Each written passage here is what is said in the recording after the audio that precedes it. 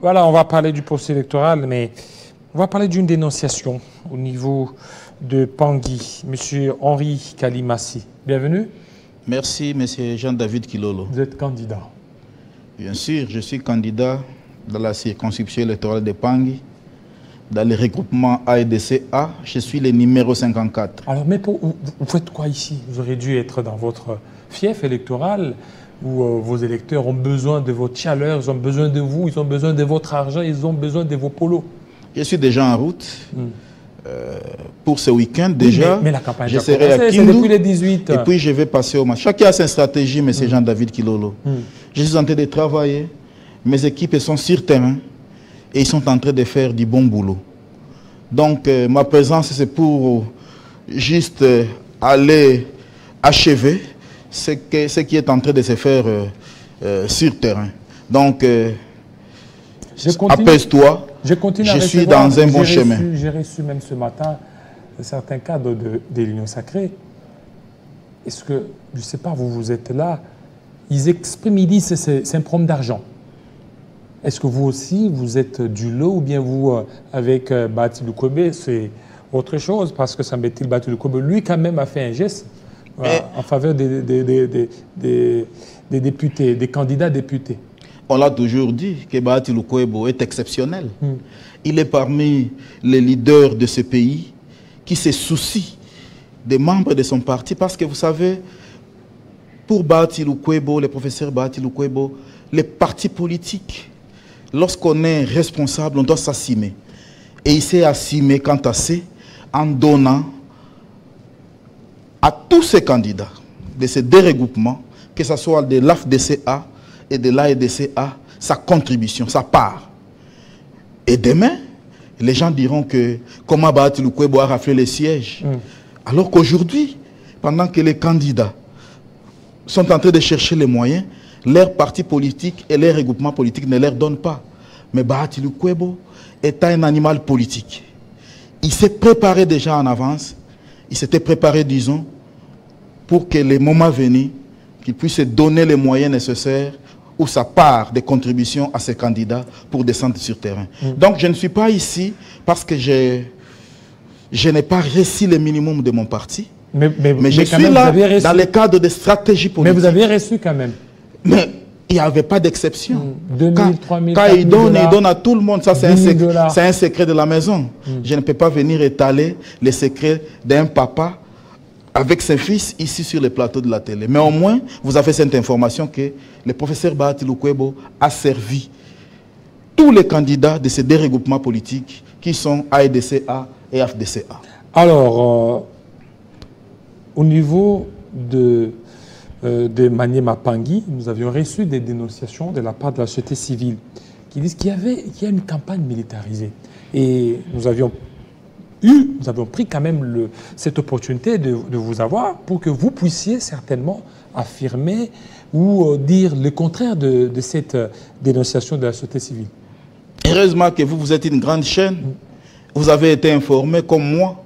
Moi aussi, hier, mon téléphone a failli se casser avec des appels qu'il y a un candidat dans la circonscription électorale de Pangui qui s'est amené avec 12 commandos. 12 commandos. 12 commandos.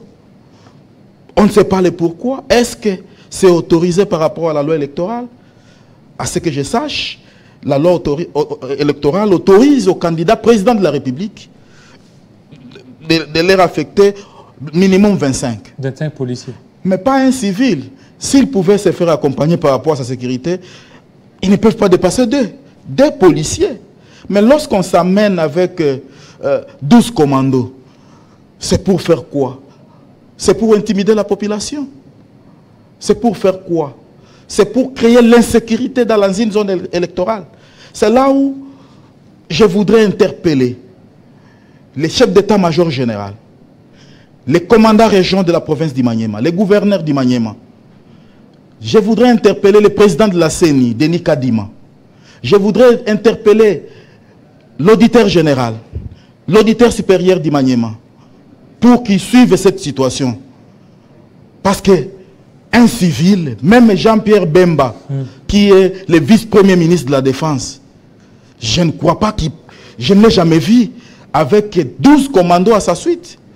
Mais comment un individu, un civil, peut s'accompagner avec 12 commandos dans une zone électorale? Ce sont des commandos militaires ou bien ce sont peut-être les agents de gardiennage qui ont été... Ce sont les commandos militaires basés à Kindu qu'on lui a doté selon les informations à notre possession, 12 commandos. Et nous donnons cette information auprès de tous les services. 12 commandos en tant que qui? On ne sait pas, c'est à lui de se justifier et à la personne qui lui a confié, qui lui a doté ces 12 commandos, de se justifier une fois que les autorités seront saisies, à travers vous, à travers nous, dans tout ce que nous sommes en train de dénoncer aujourd'hui. C'est un candidat, c'est lui qui... C'est un candidat à la députation nationale. Et nous sommes, à partir d'hier, nous avons mis les gens sur son trousse, en fait de réunir les éléments. Nous savons, lorsqu'on s'accompagne de militaires dans une zone électorale, c'est pour intimider, c'est pour bourrer les urnes.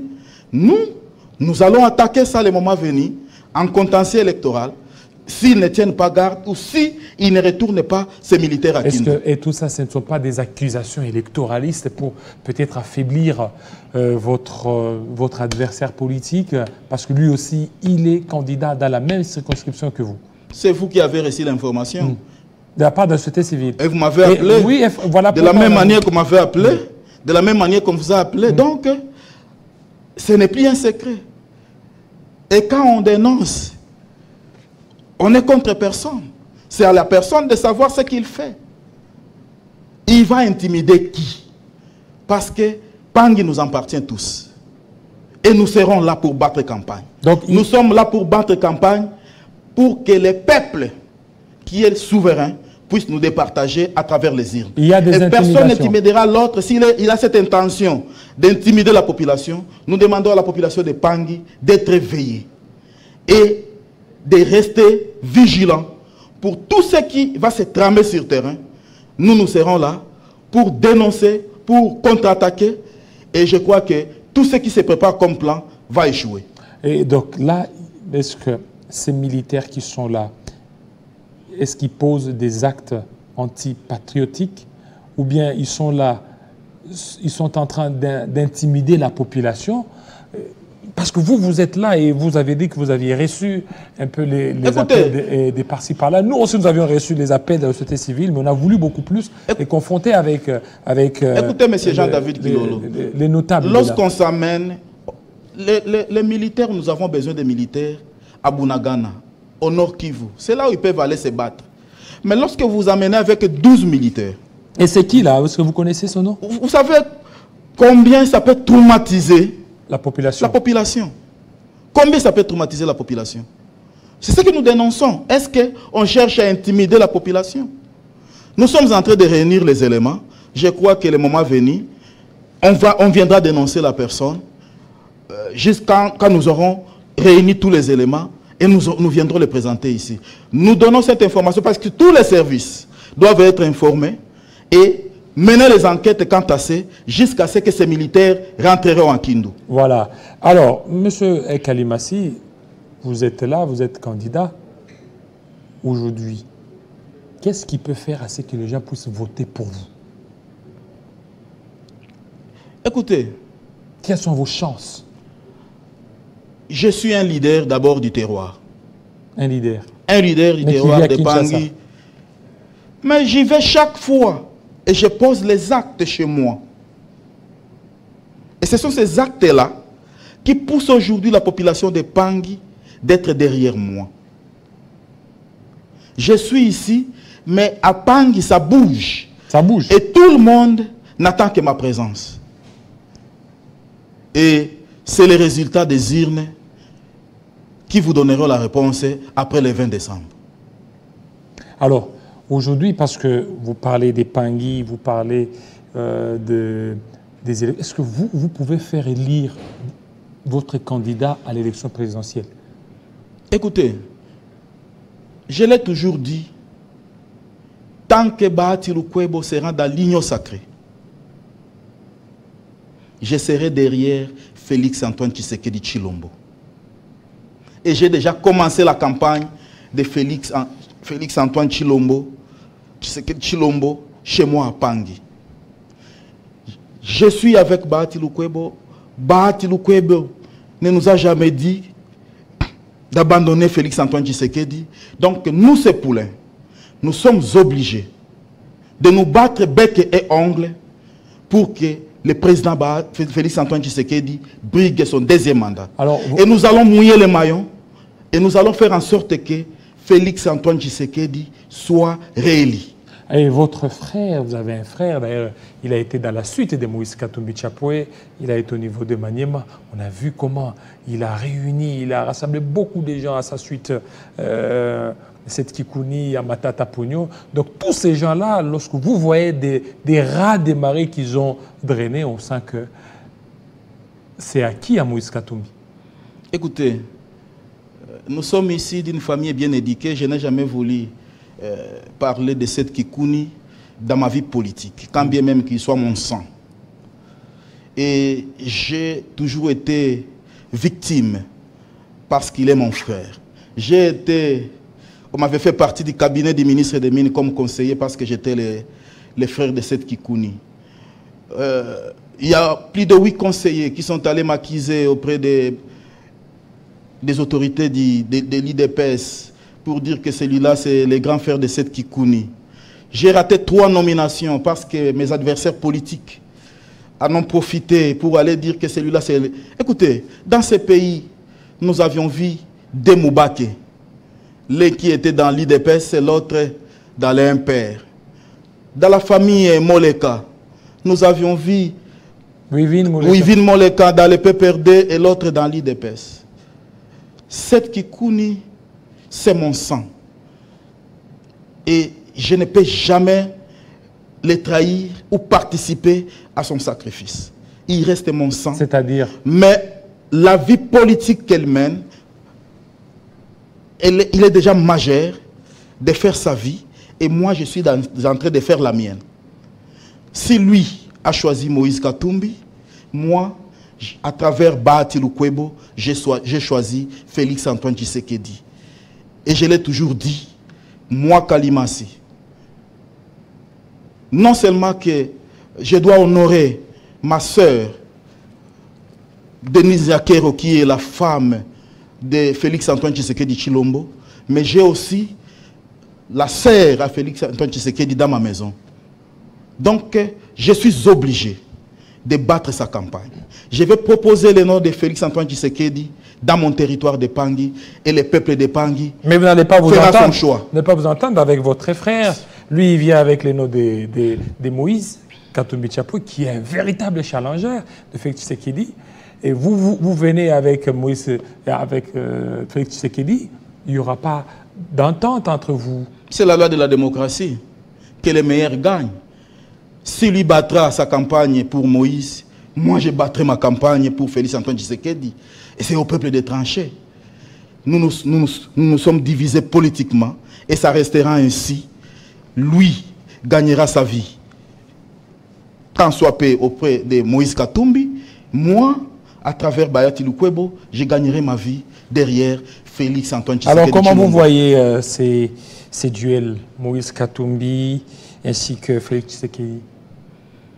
Je venais de le dire tantôt que c'est ça d'ailleurs le goût de la démocratie. Nous sommes dans la course. Chacun est en train de battre la campagne. Au peuple de juger.